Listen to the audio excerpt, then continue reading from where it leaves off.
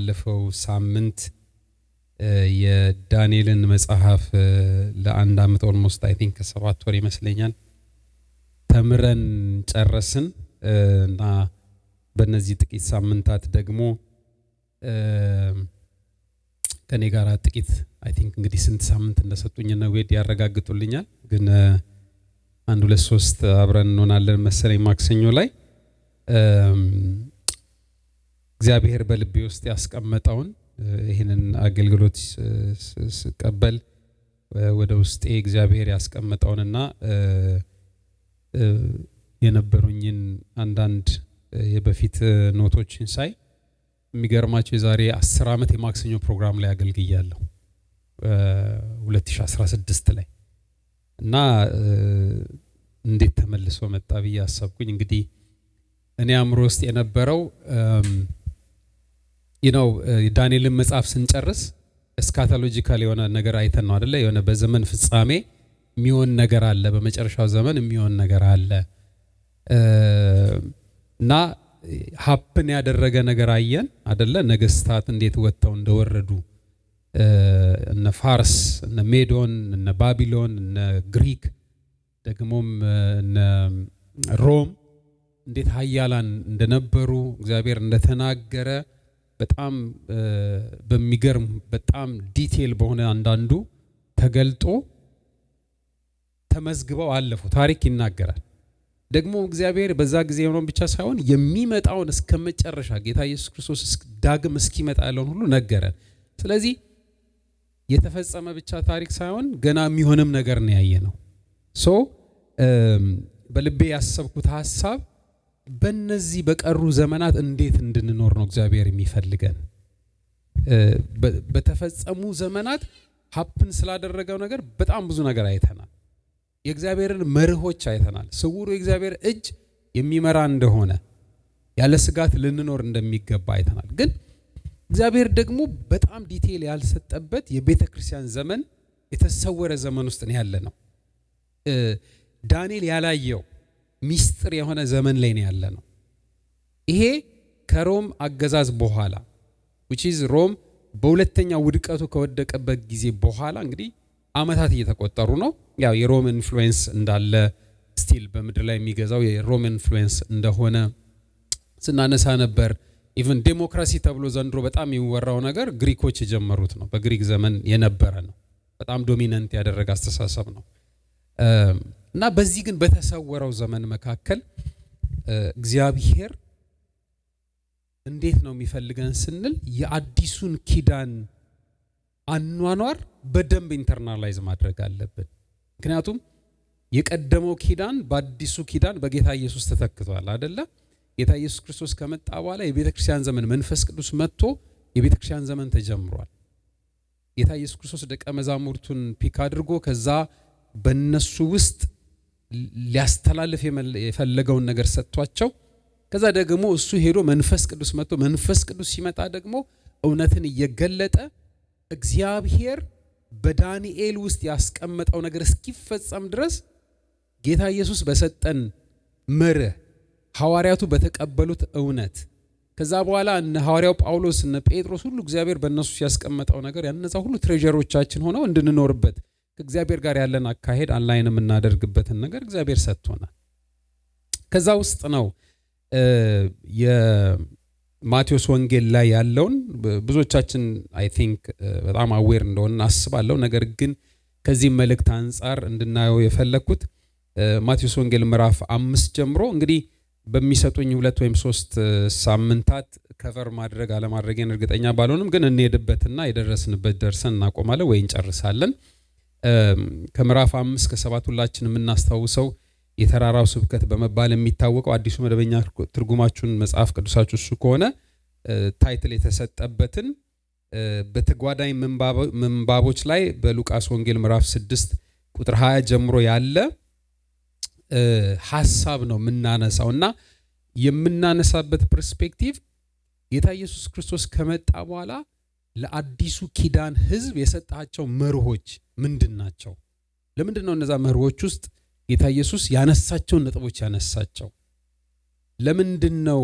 በጣም በርካታ የቀደመውን ኪዳን በቀደመው ኪዳን የተነገሩ ሐሳቦችን ጌታ ኢየሱስ አንስቷል። በእነዚህ ክፍሎች ውስጥ ኮኔክት ያደረገበት ምክንያት ምንድነው? አዲሱ ኪዳን ላይ የሚኖረው ሕዝብ ሊመራበት የሚገባው መርህ፣ ሁሌ ልናስብበት የሚገባው መርህ ምንድነው? አይ ቲንክ እግዚአብሔር በቃሉ ይሄንን ሲገልጥ ጌታ ኢየሱስ መጥቶ ይሄንን ሲያስተምር እንድንኖር የሚፈልገን እሱን ነው። እሱን ደግሞ ሁል ጊዜ ሪማይንድ እየተደራረግን መኖር አለብን። እነዚህ ዘመኖቻቸው በእነዚህ ቃሎች ላይ ቆመን ነው ሊያልፉ ወይንም ደግሞ ልንኖርባቸው የሚገቡ። ወደ ማቴዎስ ወንጌል ምዕራፍ 5 ሄደን ስንመለከት እንደዚህ የሚል ቃል አለ። ሲጀምር እንደዚህ ነው የሚለው፣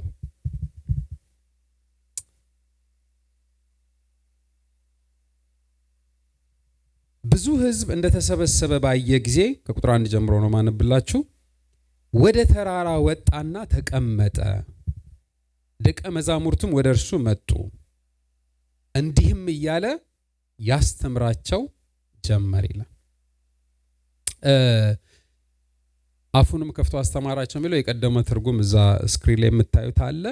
ጌታ ኢየሱስ ክርስቶስ ብዙ ሕዝብ እንደተሰበሰበ ባየ ጊዜ ወደ ተራራ ይዟቸው ወጣ። የሚገርማችሁ ይሄንን የጌታ ኢየሱስ ክርስቶስን የተራራውን ስብከት የመጽሐፍ ቅዱስ አስተማሪዎች በጣም ከሙሴ ጋራ ፓራሌል ያደርጉታል፣ ያያይዙታል። ሙሴ ወደ ተራራ ወጥቶ የኪዳኑን በብሉይ ኪዳን ኮር የሆነውን ቶራ ይሄ ሕግጋቱን ሜጀር የሚባለውን የተቀበለበት፣ ጌታ ኢየሱስ ክርስቶስ ሕዝቡን ይዞ ወደ ተራራ ሄዶ ያስተማራቸው ትምህርት የአዲስ ኪዳን ኮር የሚባሉ የጌታ ኢየሱስ ክርስቶስ ትምህርቶች which is የቀደመው ኪዳን ላይ ኢምፖርታንት የሆኑት ሕግጋቱ በጌታ ኢየሱስ ክርስቶስ ራሱ ሕጉን የሚሰጥ ከራሱ የሚሰማበት በኋላ እንመለከታለን፣ ወይም ኔክስት ዊክ እናያለን።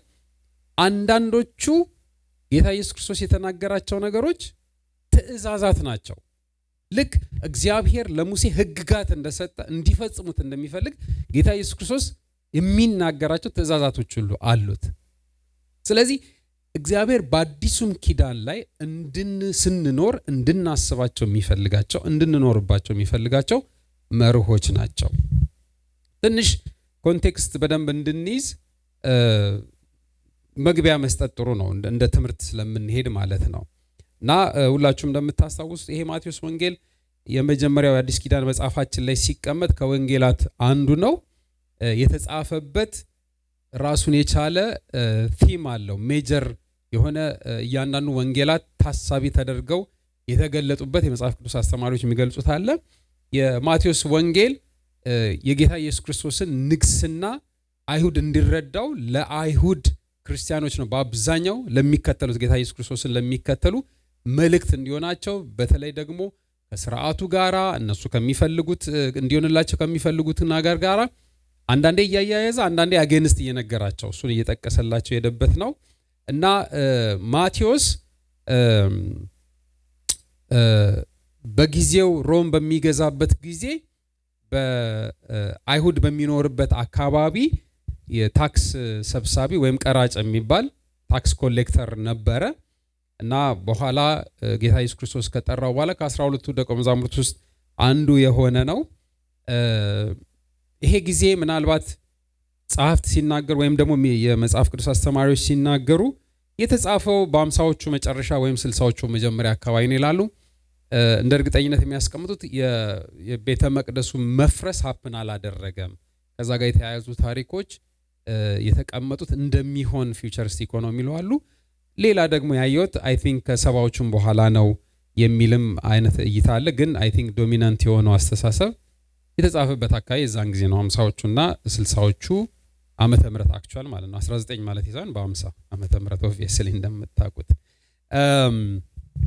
ስለዚህ የማቴዎስ ይሄንን በሚጽፍበት ጊዜ ከምዕራፍ 1 ላይ ስንመለከት በጂኒኦሎጂ ነው የሚጀምረው። የጌታ ኢየሱስ ክርስቶስን የዘር ሐረግ በመዘርዘር ነው የሚጀምረው እና ማያያዝ ፈልጓል ከአብርሃም ጋር ያለውን ኮኔክሽን። ኢቭን እግዚአብሔር በሕግጋቱ በነቢያቱ እንደተናገረ በንጉስ ዳዊት ዘር ውስጥ ንግስና ያለው ክህነት ያለው አብርሃም እንደ በኩር አባት ሆኖ ሊታይ የሚችል በሱ ስር እንደመጣ ለማሳየት ጂኖሎጂ ነው የሚዘረዘረው።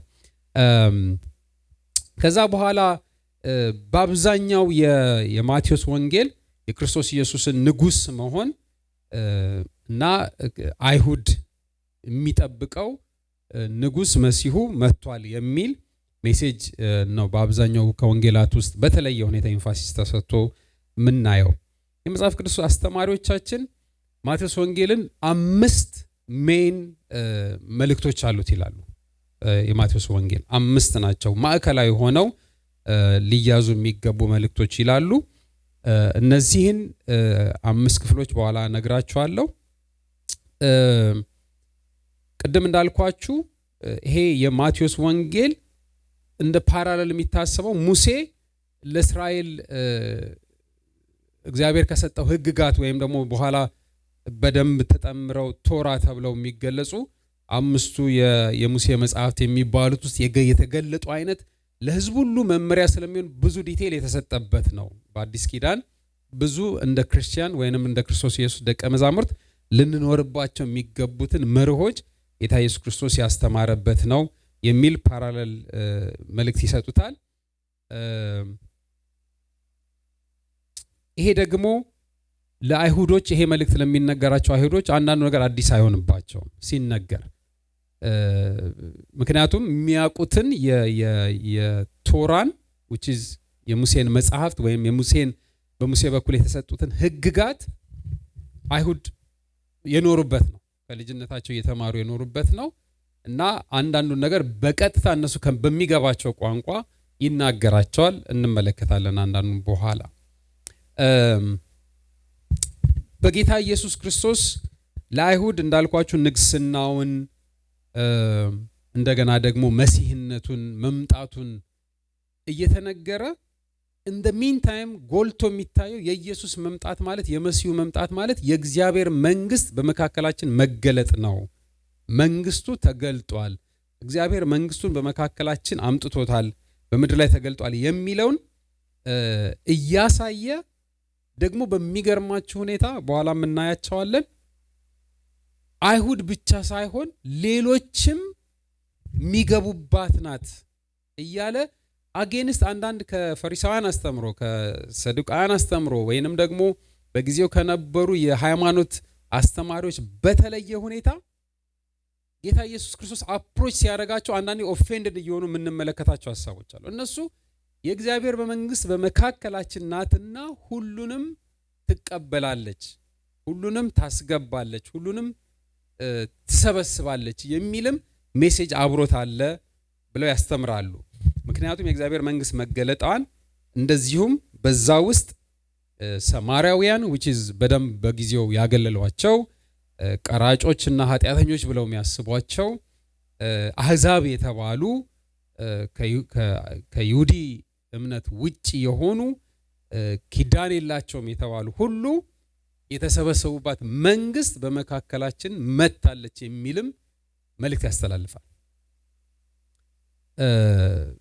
ይሄንን ለኪዳኑ ህዝብ በአዲሱ መንግስት በእግዚአብሔር መንግስት ለሚገባ ህዝብ የሚገባውን አስተምሮ ነው ጌታ ኢየሱስ ክርስቶስ በዚህ በተራራው ስብከት የጀመረው የሚል ሐሳብ አለ። የተራራው ስብከትን ምንነት የበለጠ ስታጠኑ የምታገኙት ነገር እንዳልኳቸው 5ቱ ቅድም ያልኳቸው የማቴዎስ ወንጌል ኮር የሚባሉት መልእክቶቹ የሚገኙት ምዕራፍ 5 እስከ 7 ላይ የተራራው ስብከት የሚባለው። በሌላ አገላለጽ አንዳንዶች የእግዚአብሔር መንግስት የስነ ምግባር መርሆች ወይንም ደግሞ የመኖሪያ የሚኖርበት መርሆች የተቀበልንበት ነው ይላሉ። የተራራው ስብከትን እሱ ከምዕራፍ 5 እስከ 7 ነው።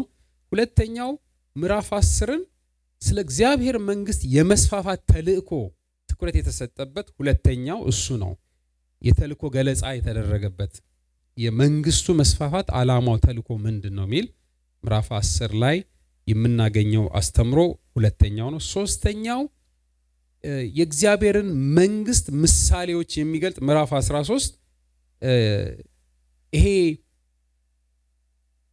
የእግዚአብሔር መንግስት በመካከላችን ናት ሲባል ሰዎች ሊገባቸው አይችልም። የተሰወረ የሚመስል ግን በምሳሌ የሚብራራበት ነው። የእግዚአብሔር መንግስት እንዲህ ትመስላለች፣ የእግዚአብሔር መንግስት እንደዚህ ትመስላለች የተባለው ማለት ነው። እሱም አንደኛው ኮር ሜሴጅ ነው በማቴዎስ ወንጌል የምናገኘው። ምክንያቱም የእግዚአብሔር መንግስት በመካከላችን ሲባል ብዙ ሰዎች ስለማይረዱ በምሳሌዎች ተነግሯል። እንዴት አይነት ባህሪ ያላት ምንድነው የምትሆነው የእግዚአብሔር መንግስት የሚለውን ማለት ነው። አራተኛው የዚህ መንግስት ማህበረሰቦች ወይም ኮሚኒቲን ምን ይመስላል፣ የእግዚአብሔር መንግስት ውስጥ የገቡ ማህበረሰቦች ምን ይመስላሉ የሚለውን እና በዚህ መንግስት ውስጥ በእግዚአብሔር መንግስት ውስጥ ስለሚኖሩ መስተጋብሮች ወይም ግንኙነቶች የሚያገልጽልን ምዕራፍ 18 ላይ እሱ አራተኛው ኮር የማቴዎስ ወንጌል ውስጥ የተገለጸ መልእክት ነው ይላሉ። አምስተኛው ከምዕራፍ 23 እስከ 25 ላይ እንደምታስታውሱት አብዛኛው ስለ መጨረሻው ዘመን ስለሚሆን ነገር የተነሳ የመንግስቱ የእግዚአብሔር መንግስት የማጠናቀቂያ ወይም የመንግስቱ የድል አድራጊነት ገለጻ ነው ይላል።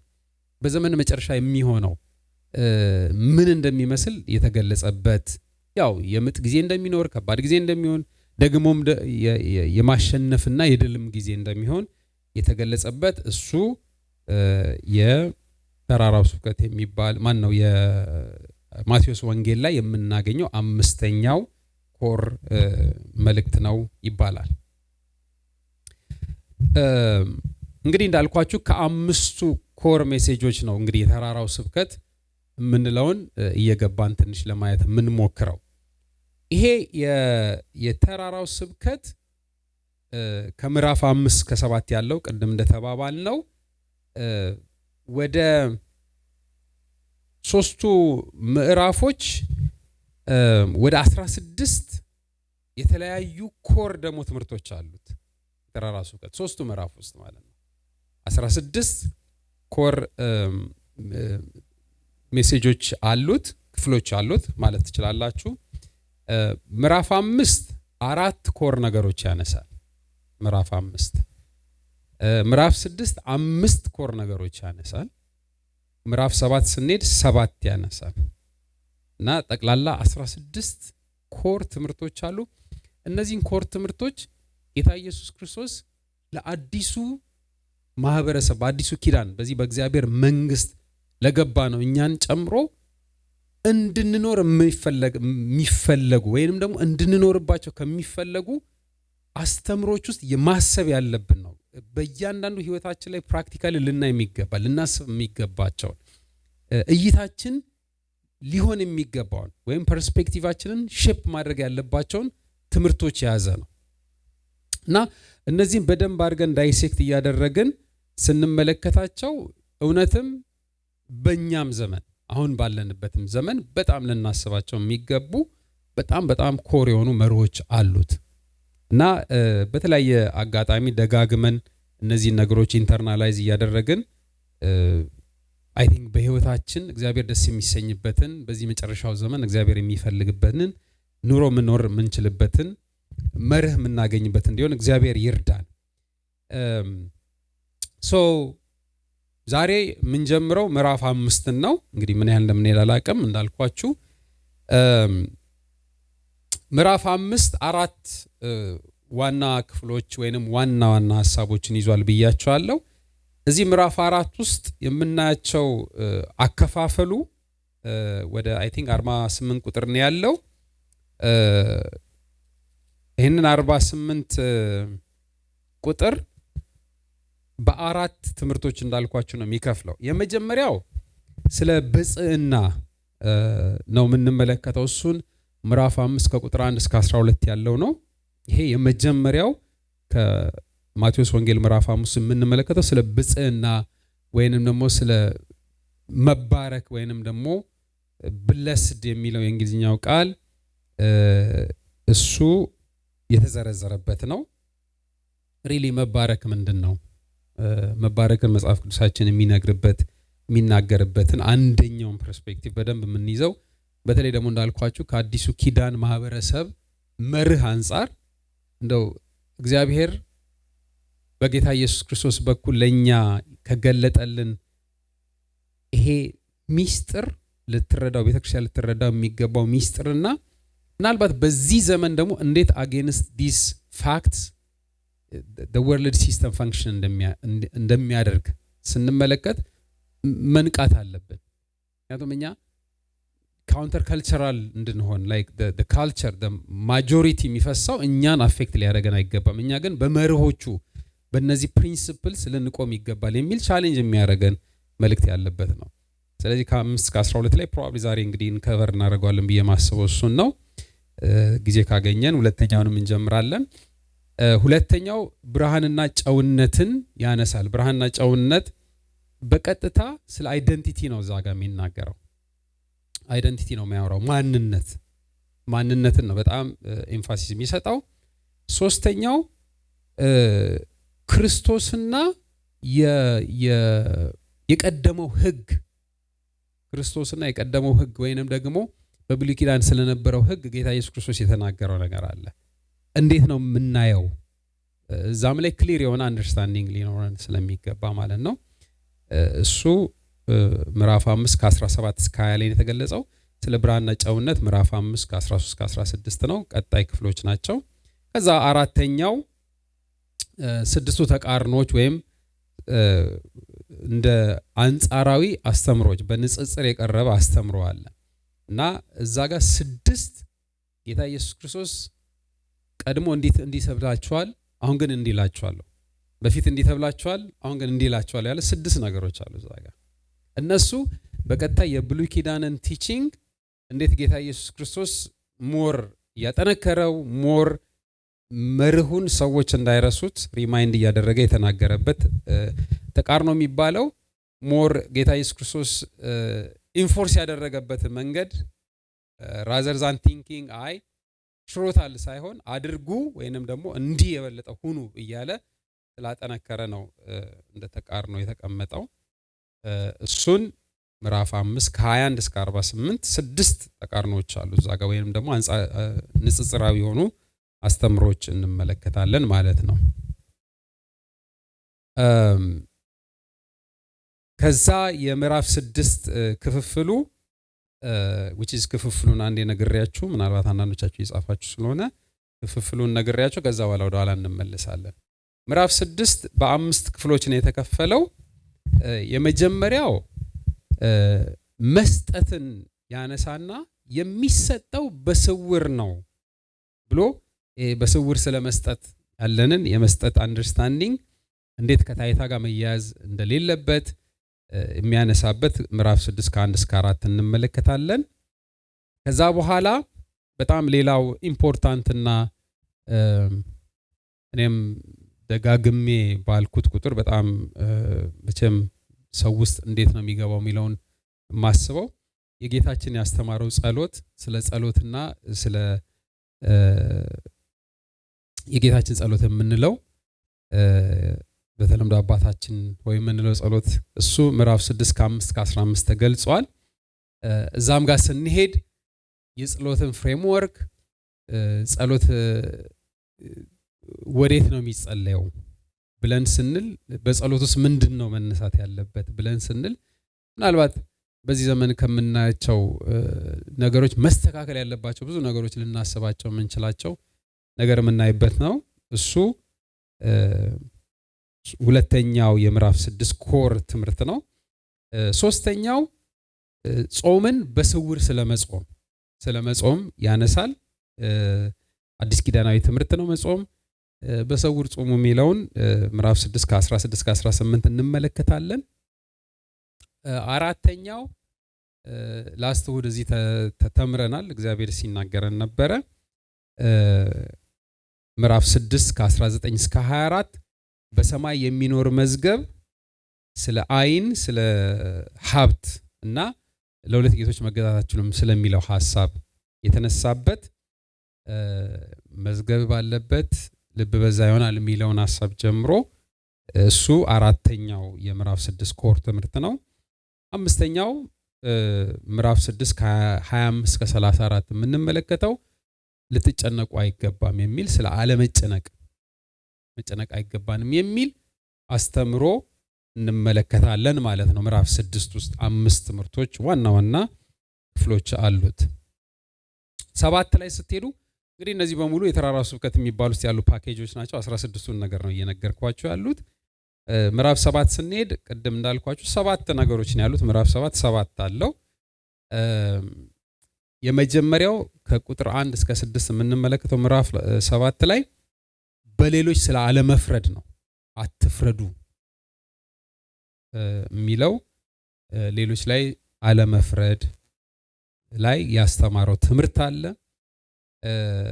ሁለተኛው ትምህርት እዛ ጋር የምንመለከተው ምዕራፍ 7 ከ7 እስከ 11 ላይ ያለው ስለ መጠየቅ፣ ስለ መፈለግ፣ ስለ ማንኳኳት፣ ጠይቁ፣ ፈልጉ፣ አንኳኩ የሚለው ሐሳብ ትዝ ይላችኋል። እሱ ሐሳብ ራሱን የቻለ ትምህርት ነው። እዛ ላይ ተመርኩዘን ብዙ ልንል እንችላለን። ስለዚህ እሱ ሁለተኛው ትምህርት ነው የምዕራፍ 7። ሶስተኛው ጎልደን ሩል የሚባለው ወርቃማው ሕግ የሚባለው 7:12 ላይ ያለው ራሱን የቻለ ትምህርት ነው። እሱ ያው እዚህ ሀገር እንደውም ብዙዎቹ የነጮቹን በተለምዶ ይናገራሉ። ወርቃማው ሕግ የሚባለው እሱ አለ። አራተኛው ስለ ጠበበው በር የጠበበው በር እንዴት ኢምፖርታንት እንደሆነ በተለይ አጌንስት ማጆሪቲ ሰው ስላደረገ ማድረግ የሌለብንን አስተሳሰብ በደንብ ልናይ የምንችልበት አንዳንዴ ከባድ ቢመስልም እሱን መምረጥ የአዲሱ ማህበረሰብ የእግዚአብሔር ሐሳብ ነው።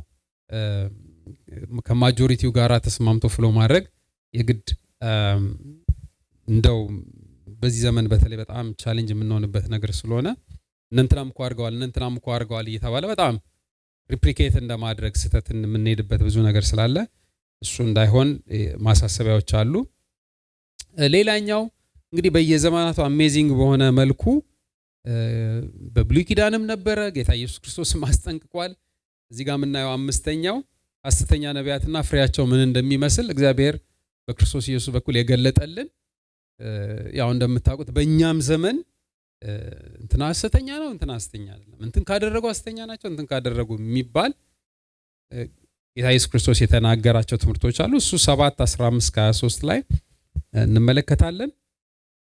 ሌላኛው እንደ ምሳሌ የተነሳው ስለ ጠቢቡና ስለ ሰነፉ አናጺ ወይም ገንቢ ከግንባታ ጋር እንደ ምሳሌ ተደርጎ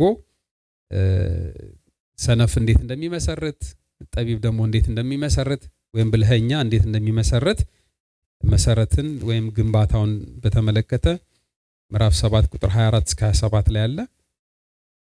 ከዛ በኋላ የመጨረሻው በጊዜው የነበሩ which is መጨረሻ ላይ ጌታ ኢየሱስ ክርስቶስ ብዙ ሕዝብ አየና አይደለ ቅድም የጀመርነው ምዕራፍ 5 ቁጥር 1 ላይ ብዙ ሕዝብ እንደተሰበሰበ በየጊዜው ወደ ተራራ ወጣና ተቀመጠ፣ ደቀ መዛሙርቱም ወደ እርሱ መጡ፣ እንዲህም እያለ ሊያስተምራቸው ጀመረ የሚለውን የሚጠቀልለው ምዕራፍ 7 ላይ እንደዚህ በሚል ሐሳብ ነው። የ7 ማብቂያው መደምደሚያው ኢየሱስ ማስተማሩን በፈጸመ ጊዜ 5:1 ላይ ጀመረውን ሕዝቡ በትምህርቱ ተደነቁ፣ ምክንያቱም እንደ አይሁድ ሃይማኖት መምህራናቸው ሳይሆን እንደ ባለስልጣን አስተምሯቸው ስለነበር ነው። እነሱ መደነቅ ሆኖባቸዋል። ምክንያቱም በሙሴ ሕግ እንደተባለ ምናምን አይደለም። አንዳንዴ ያለው እንደ ባለስልጣን ኦኬ this is how you need to do ወይም ደግሞ በፊት እንዲህ ተብላችኋል አሁን እንዲያዛችኋል፣ ወይም ደግሞ በፊት እንዲህ ነበረ አሁን እንዲህ እላችኋለሁ የሚል ባለስልጣን እንደሆነ አስተምሮ ወይንም ደግሞ የማስተማር መንገዱን በማየታቸው ከበፊት መምህራኖቻቸው በተለየ ሁኔታ አፕሮች እንዳደረጋቸው አዩና ተደነቁ። ያ መደነቅ በአንዳንዶች ህይወት ውስጥ በጣም ትልቅ ለውጥ አምጥቶ ኢየሱስን የመከተል እድል ሰጥቷቸዋል። አንዳንዶች ደግሞ ከሆነ ጊዜ በኋላ ይሄ ነገር ብለው ምናልባት ተመልሰዋል በተለያየ ጊዜ። ስለዚህ እነዚህን የተራራውን ስብከት ተከታዮች ወይንም በተራራው ላይ የነበሩ ተሰባኪዎች ወይንም ደግሞ ተማሪዎች የነሱ ግብረ መልስ ምን እንደነበረም ይነሳል። ራሱ የቻለ ኢምፕሊኬሽን አለው። ጌታ ኢየሱስ ክርስቶስን በዛ ጊዜ በእንደዛ አይነት ባለስልጣን ለማየት የቻሉበት እይታ በእነሱ ውስጥ የቀየረው ነገር አለ። ምክንያቱም ጌታ ኢየሱስ ክርስቶስ በዛ ጊዜ የጠራቢው የዮሴፍ ልጅ የሚያውቁት ሰፈር ያደገ ቤተሰቡ የሚታወቅ ምናምን ነው። ለአንዳንዶች ትሬስ ይደራረጋል ሰው እሱ ማን ነው ምናምን ሲባል ማለት ነው። ግን በዛን ያህል ኦፍ ኮርስ እሱም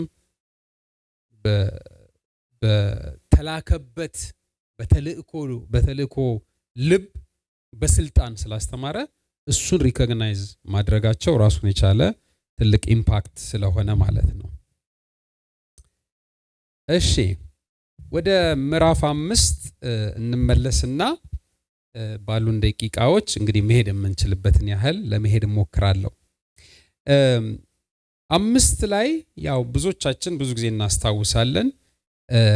ከ3 ጀምሮ ልቀጥል ቅድም ማንበብ እንደጀመርኩኝ ማለት ነው። ይህንን በዋናነት ስለ ብጽዕና በስቲድስ የሚባለው በእንግሊዝኛ ወይንም ደግሞ የእንግሊዝኛው ቨርሽን ብለስድ አር ምናምን ያለ የሚለው መባረክ ብጽዕና ብፁዕ መሆን የበረከት ቃል ነው። መባረክ ነው የሚያሳየውና የሚለውን እንመልከት። ቁጥር 3 በመንፈስ ድሆች የሆኑ ብፁዓን ናቸው መንግሥተ ሰማይ የእነርሱ ናትና፣ የሚያዝኑ ብፁዓን ናቸው መጽናናትን ያገኛሉና፣ የዋሆች ብፁዓን ናቸው ምድርን ይወርሳሉና፣ ጽድቅን የሚራቡና የሚጠሙ ብፁዓን ናቸው ይጠግባሉና። ቁጥር 7 ምሕረት የሚያደርጉ ብፁዓን ናቸው ምሕረትን ያገኛሉና፣ ልባቸው ንጹሕ የሆነ ብፁዓን ናቸው እግዚአብሔርን ያዩታልና፣ ሰላምን የሚያወርዱ ብፁዓን ናቸው የእግዚአብሔር ልጆች ተብለው ይጠራሉና፣ ስለ ጽድቅ ብለው የሚሰደዱ ብፁዓን ናቸው መንግሥተ ሰማይ የእነርሱ ናትና። ሰዎች በእኔ ምክንያት ቢሰድቧችሁ ቢያሳድዷችሁና ክፉን ሁሉ በሐሰት ቢያስወሩባችሁ ብፁዓን ናችሁ፣ በሰማይ የምትቀበሉት ዋጋ ታላቅ ስለሆነ ደስ ይበላችሁ፣ ሐሴት አድርጉ፣ ከእናንተ በፊት የነበሩትን ነቢያት እንደዚሁ አሳደዋቸዋልና ይላል። እና እዚህ ጋራ ስንት ብጽዕና ነው ያለው? ስንት ቆጠራችሁ? ብፁዕ ናችሁ ብፁዕ ናችሁ የሚለውን እስቲ ቁጠሩት። የሚያስታውሳለ? እሺ ቆጥራችሁ እንድትደርሱ 20 ሰከንድ ሰጥቻችኋለሁ። ብፁዓን ናቸው ብፁዓን ናቸው ብፁዓን ናቸው ብፁዓን ናቸው እያለ ስንቱን 9 ደርሷ 8 እና ይሉና የመጨረሻውንም 9ኛው ምዕራፍ 11 ማን ነው ቁጥር 11 ላይ ያለውንም ይጠቅሷቸዋል። 8 9 ይላሉ። ያው 9 ብለን መውሰድ እንችላለን፣ ምክንያቱም ራሱን የቻለ ብጽዕና አንደኛው የመጨረሻው ቁጥር 11 ላይ ያየነው ነው። የሚገርማችሁ እነዚህ ብጽዕናዎች የካይንድ ኦፍ እንደ ኮዝ ኢፌክት እንዲህ ስለሆናችሁ እንዲህ ትሆናላችሁ የሚል አይነት ኮሪሌሽን የሚያሳይ የሚመስል ነገር ግን የሚያደርጉ ግን ኢንቴንሽናሊ ኑሮውን which is በእግዚአብሔር መንግስት ውስጥ መኖርን በመፈለጋቸውና በመኖራቸው የሚያገኟቸው በረከቶች ናቸው እንጂ ትራንዛክሽናል በሆነ መንገድ እንዲህ ሲሆን እንዲያገኛለሁ እያሉ በሮንግ ኢንቴንሽን ተነስተው የሚያደርጉትን አይደለም የሚያሳይ የሚል አንድ ኖት አይቻለሁ። በጣም ወድጄዋለሁ። ላይክ እኛ ክርስቶስ ኢየሱስን የምንከተለው ለመባረክ ነው ብለን ህይወትን ሳይሆን ጌታ ኢየሱስ ክርስቶስ የመጣልንን ዓላማ ሳይሆን ግን ይሄ ሪዛልቱ ለመባረክ ነው። በቃ እንትን ለማግኘት ነው አይደል? ለመፈወስ ነው ወይም ደግሞ ለመብላት ነው። ምክንያቱም ጌታ ኢየሱስ ክርስቶስ ሲቃወመው ነበር አይደል? ኦኬ እንደ እንጀራ ስለበላችሁ ነው በቃ ሞቲቫችሁ ገብቶኛል እንጂ ሪሊ እኔ ለመከተል አይደለም። ይህ አስተሳሰብ በአዲሱ ኪዳን ውስጥ ፈንዳሜንታል የሆነ አስተሳሰብ ነው። ክርስቶስን ለህይወት ስለከፈለው ዋጋ ሪኮግናይዝ ለማድረግ እግዚአብሔርን ለማመስገን፣ ስለዚህ ብበላም ባልጠጣም ባገኝም ባላገኝም ቢኖረኝም ባይኖረኝም ቢሆንልኝም ባይሆንልኝም የሚለውን ምናልባት እነ ዳንኤል እግዚአብሔርን ስለመከተል ሲያስቡ የወሰኑበትን መንገድ እነ ሲድራቅ ሚሳቅ አብደናጎም ዳንኤል ላይ ስናጠና ያደረጉትን ሊያድነን ይችላል፣ ባያድነንም እንኳን ሊታደገን ይችላል፣ ባይታደገንም ኢዝናት ትራንዛክሽናል አይደለም ግንኙነታችን። እዚህም ጋራ የተባረኩ ናቸው ብፁዓን ናቸው ሲል ይሄንን ነገር እየፈለጉ መጥተው እንዲህ ስናደርግ እንዲሆንልናል የሚሉ አይደሉም። ግን ህይወታቸው የተባለላቸውን የሆኑ ግን ናቹራሊ የሚደርሱበትን እየተናገረ ነው። ኦኬ አብዛኞቹ ኦልሞስት ሁሉንም ማለት እንችላለን ኦልሞስት እንደ ባህሪ የሰው ማንነት ውስጥ የሚገለጹ ናቸው። ሰዎች ኢንቴንሽናሊ በሚኖሩት ኑሮ በሚኖራቸው ትራንስፎርሜሽን ውስጥ የሚደርሱባቸው ናቸው። የሆነ በትእዛዝ የሚጫኑ አይደሉም።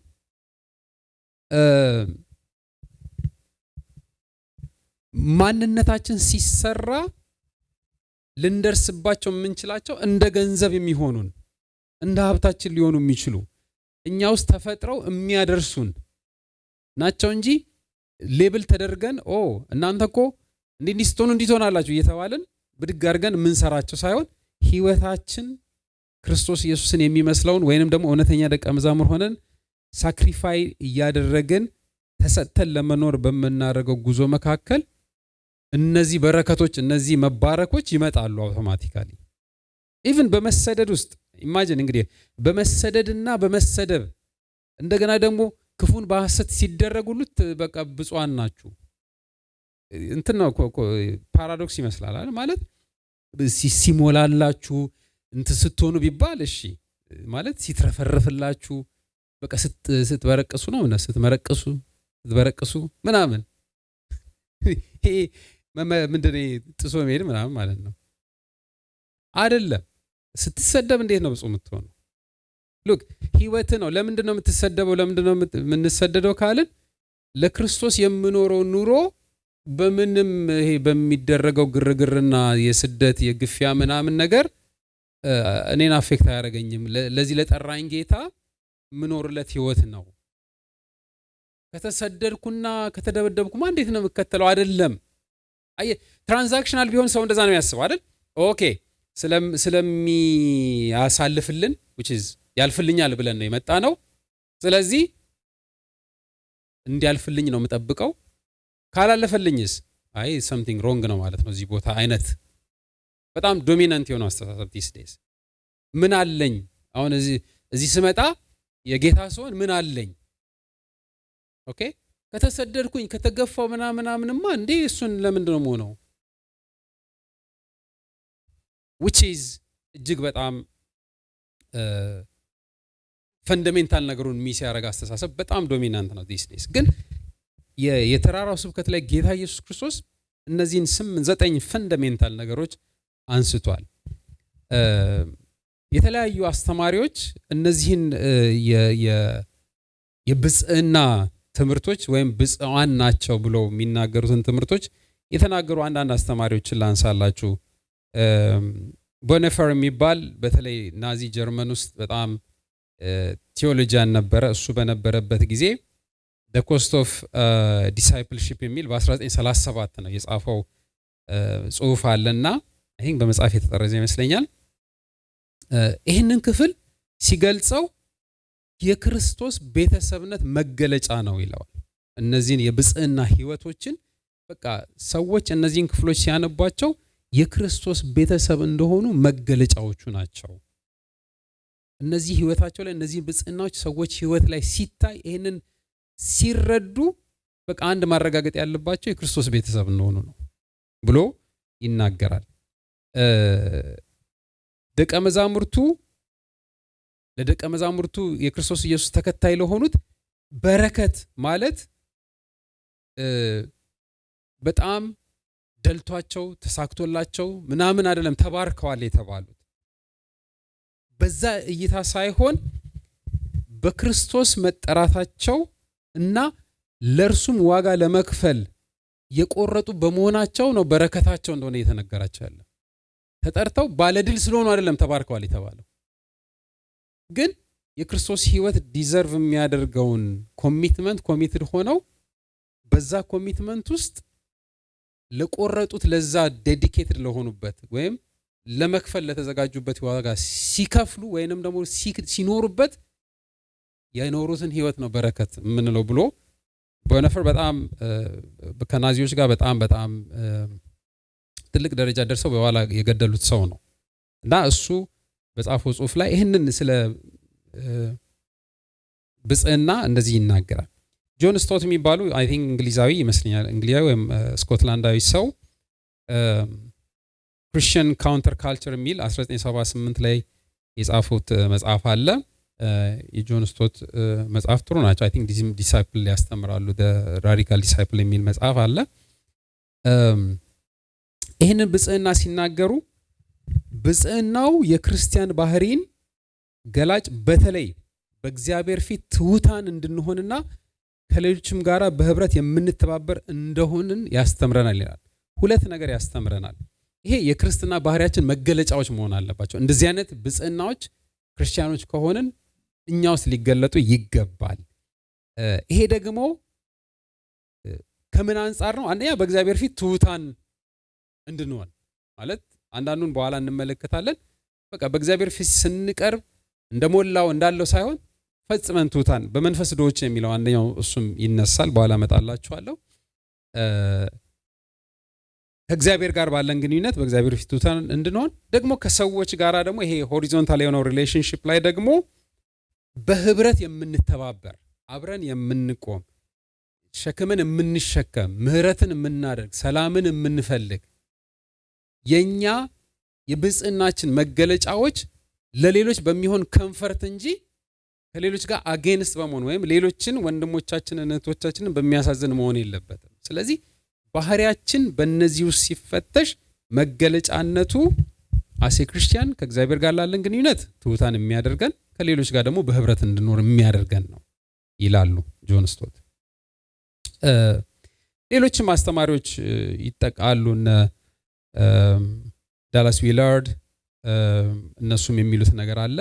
ሌሎችም አስተማሪዎች የዚህን የብጽዕና ትምህርት ከልብ የተለወጠ ማንነት መገለጫ ነው ማለት ከልብ የመለወጥ እውነተኛ ለውጥ በህይወታችን ካለ የማንነታችን መገለጫዎች እነዚህ የብጽዕና መገለጫዎች ናቸው። የመባረኪያ መንገድ ነው የሚሆኑት። እንዳልኳችሁ ዲስ ዴይስ እነዚህን ነገሮች በሙሉ እያነሳን እንደው በዚህ ዘመን ላይ እንዲህ ብንሆን ሌሎች እንዴት ነው የሚረዱን ብለን ስንል ኢትስ ቻሌንጂንግ። ምክንያቱም ሪዲፋይን ብዙ ነገር የተደረገበት ዘመን ውስጥ ስላለን ማለት ነው። እና የተለወጠ ልብ መገለጫ ነው ካለ በኋላ ይሄ አዲሱ ማህበረሰብ አዲሱን ሰማይና ምድር ለመውረስ የሚያስችለውን ማንነት የተላበሰበት እንደሆነ ማሳያ ነው ይላሉ። which is በእግዚአብሔር መንግስት እግዚአብሔር እኛ እንድንኖርበት በሚፈልገው አስተሳሰብ ውስጥ በዛ ኪንግደም ውስጥ ለመኖራችን ማሳያ፣ ለመኖራችን መገለጫ፣ ለመኖራችን ምልክት መሆን የሚችሉ ናቸው እነዚህ 9 የብጽዕና ምልክቶች ይላሉ የመጽሐፍ ቅዱስ አስተማሪዎች። አይ ቲንክ ትንሽ እነዚህን እንደ መግቢያ ያሉትን ነገሮች ብቻ ብዬ በኋላ ኔክስት ዊክ ዝርዝሩን እንቀጥላለን።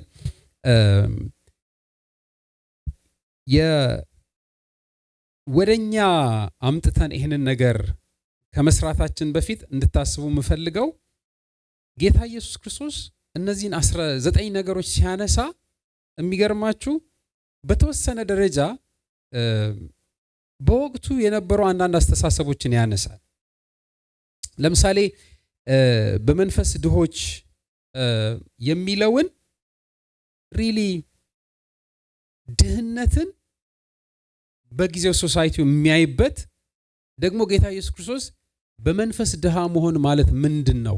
በተለይ በእምነታቸው በሃይማኖታቸው ተኩራርተው እኛ ሙሉ ነን ህጎቹን ከጠበቅን እንደዚህ ነን ብለው በዙሪያው በጣም ያሉ አይደል ጌታ ኢየሱስ ክርስቶስንም የገፉ ስላሉ ማለት ነው። እኛ እናውቃለን አንተ ደግሞ ማን ብለው ማለት የደፈሩ ብዙዎችም ስለነበሩ ሲያነሳላቸው በጣም በጊዜው በሚያውቁት ነገር በመካከላቸው ከሚያውቁት ነገር እየተነሳ ነበር ሲናገር የነበረው፣ ከሚረዱት ነገር እየተነሳ ነበር ሲናገር የነበረው።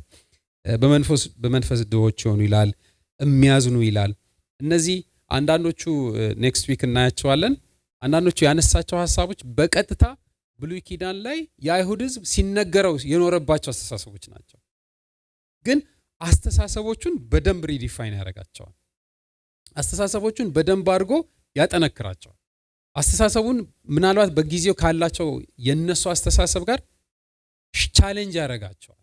ሼፕ እንዲያደርጋቸው ይፈልጋል።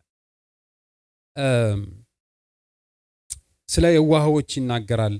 እሱም መዝሙር ላይ የተጠቀሰውንም ነገር ያነሳል። ስለ ጽድቅ ይናገራል። ለአይሁድ ጽድቅን ማድረግ ምን ማለት እንደሆነ ያውቃሉ፣ በጣም ያውቃሉ። ጽድቅ ማለት በቃ የእግዚአብሔርን ጽድቅ ይረዳሉ። ሕግጋቱ የተሰጡት ጽድቅን እንዲፈጽሙ እንደሆነ ይረዳሉ።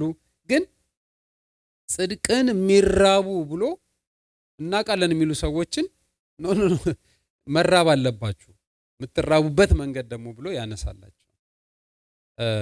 ስለ ምህረት በደንብ ያውቃሉ። ግን እንደገና ምህረት ማድረግን ደግሞ ጌታ ኢየሱስ ክርስቶስ በደንብ ሪዲፋይን ያደርጋል። እና እነዚህ ሀሳቦች በኋላ እንሄድባቸዋለን ሁሉም ላይ። በመጨረሻ ይህንን 12ኛው ቁጥር ላይ ይህን ሁሉ ስታደርጉ ወይንም ደግሞ ይህን ሁሉ ማድረግም ሆነ አለማድረግ ዋጋውን አስቡ። ከዋጋ ጋር ቫሊዩ ጋራ በእግዚአብሔር መንግስት ውስጥ ስንኖር ቫሊዩ የሌላቸው ነገሮች የሉም። አንዳንድ ጊዜ እኛ ዛሬ ምንድነው እጄ ላይ ያለው? ምን አገኘው? ማክሰኞ መጣው ምን አገኘው? እሁድ መጣው ምን አገኘው? ተመላለስኩ ምን አገኘው የሚል የኮንሱመር ማይንድ ሴት በጣም ዶሚናንት ስለሆነ እዚህ ሄጄ ምንድነው ያገኘሁት? የእግዚአብሔር ቃል ራሱ የከበረና የሚፈለግ ይሄ ፈልገነው የምናገኘው ነገር እንደሆነ እንኳን እንዳናስብ የተደረገ በጣም ኃይለኛ የሆነ የኮንሱመሪዝም አስተሳሰብ ስላለ ትክክለኛውን ቫልዩ ራሱ ያጣንበት ዘመን ላይ ነው ያለነው። ግን የእግዚአብሔር ቃል በደንብ የሚነግረን ዋጋ አላችሁ ወይንም ደግሞ ዋጋችሁ ታላቅ ነው፣ ምን ብትሆኑ እንደዚህ ብትሆኑ ከዋጋ ጋራ ያያይዘዋል። ስለዚህ ዛሬም ላይ እኛ ሪሊ የምንፈልገው ዋጋ የምናስበው ዋጋ ዓለም እየነገረችን ባለው መስፈርት ነው ለመስፈር እየሞከርን ያለ ነው ወይስ የእግዚአብሔር መንግስት መርሆች የሚሉትን ዋጋ ነው ዋጋችን ብለን የምንጠብቀው? የእግዚአብሔር ቃል የሚለንን እያሰብን ነው ወይ ኑሯችንን የምንኖረው የሚለውን እናስብ ያስፈልጋል። እነዚህ እያንዳንዱ ውስጥ በጣም ጌታ ኢየሱስ ክርስቶስ ያለበትም ምክንያት ደግሞ ሪሊ ምን ማለት ነው የሚለውን ኔክስት እንቀጥላለን። እንጸልይ።